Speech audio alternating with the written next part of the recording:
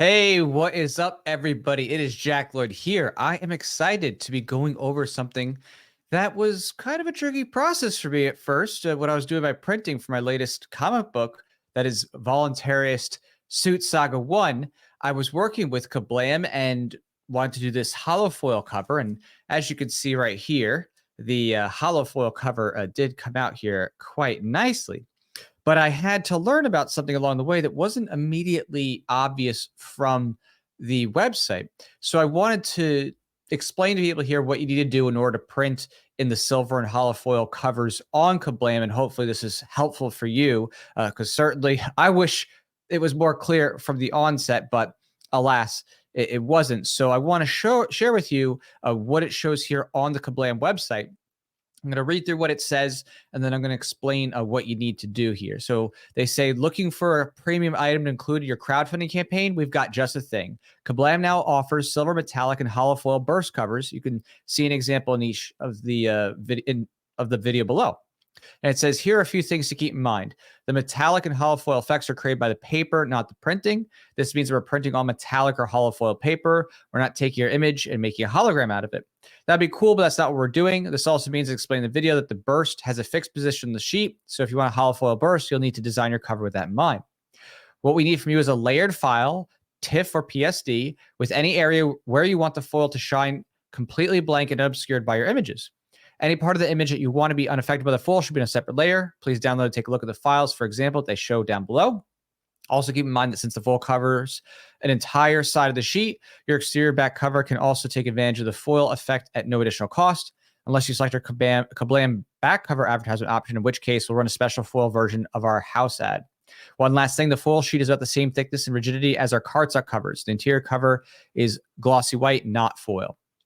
So, just reading through that, you think, okay, I guess if you want to make a foil cover, you're going to do something where, you have the layers that you don't want to show foil in one thing, and then everything else that's printed, just printing over it. But there actually is another part to that they don't explain there. That's kind of important.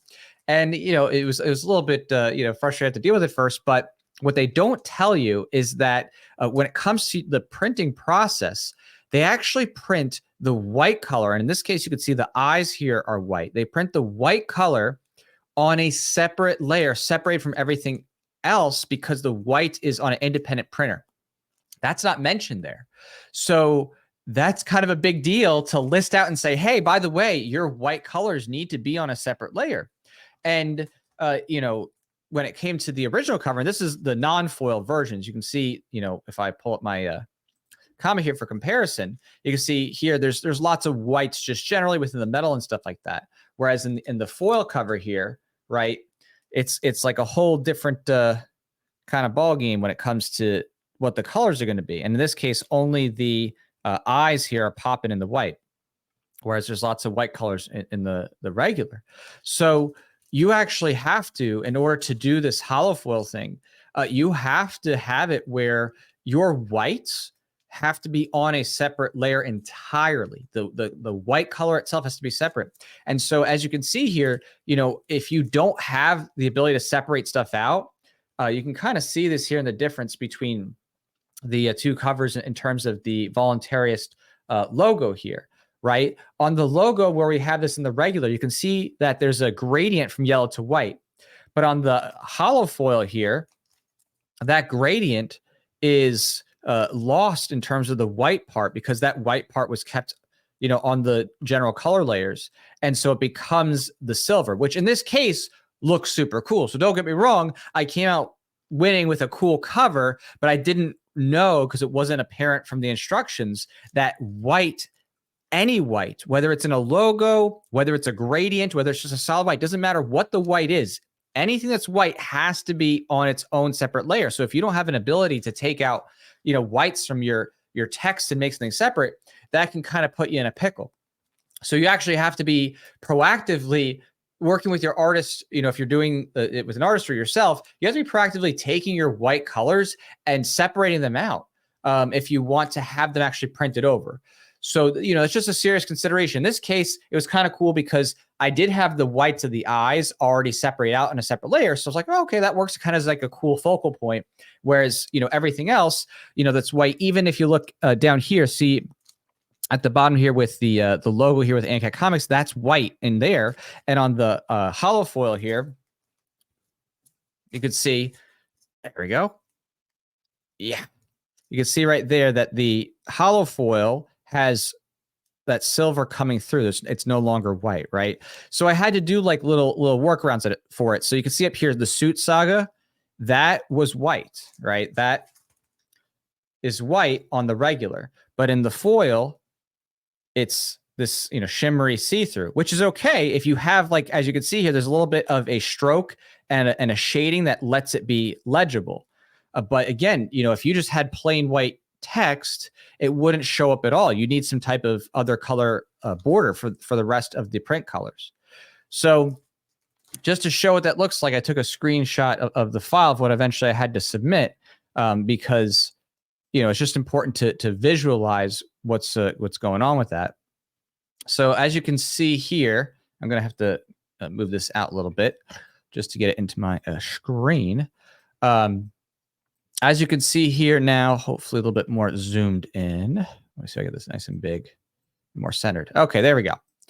So in your Photoshop file, whatever you're going to use, maybe it's Illustrator, you need to have just a white layer. So anything that's white and then everything else. So when they ask for your file, as a .tiff or PSD, they want everything that's all the other colors on just merged into one layer, and then the white layer, which is anything that's going to be white colored, which will be printed first on that layer. So that means you have to have that proactively done. You have to have your whites separated out from the rest of the colors, put into a separate layer that's going to be printed first, and it's going to be blended into everything else afterward, which, again, that's a bit tricky depending on what type of whites you're using, whether it's just like a plain white or there's a gradient to it or there's intricate parts to lettering or some design. It could get tricky to do that right.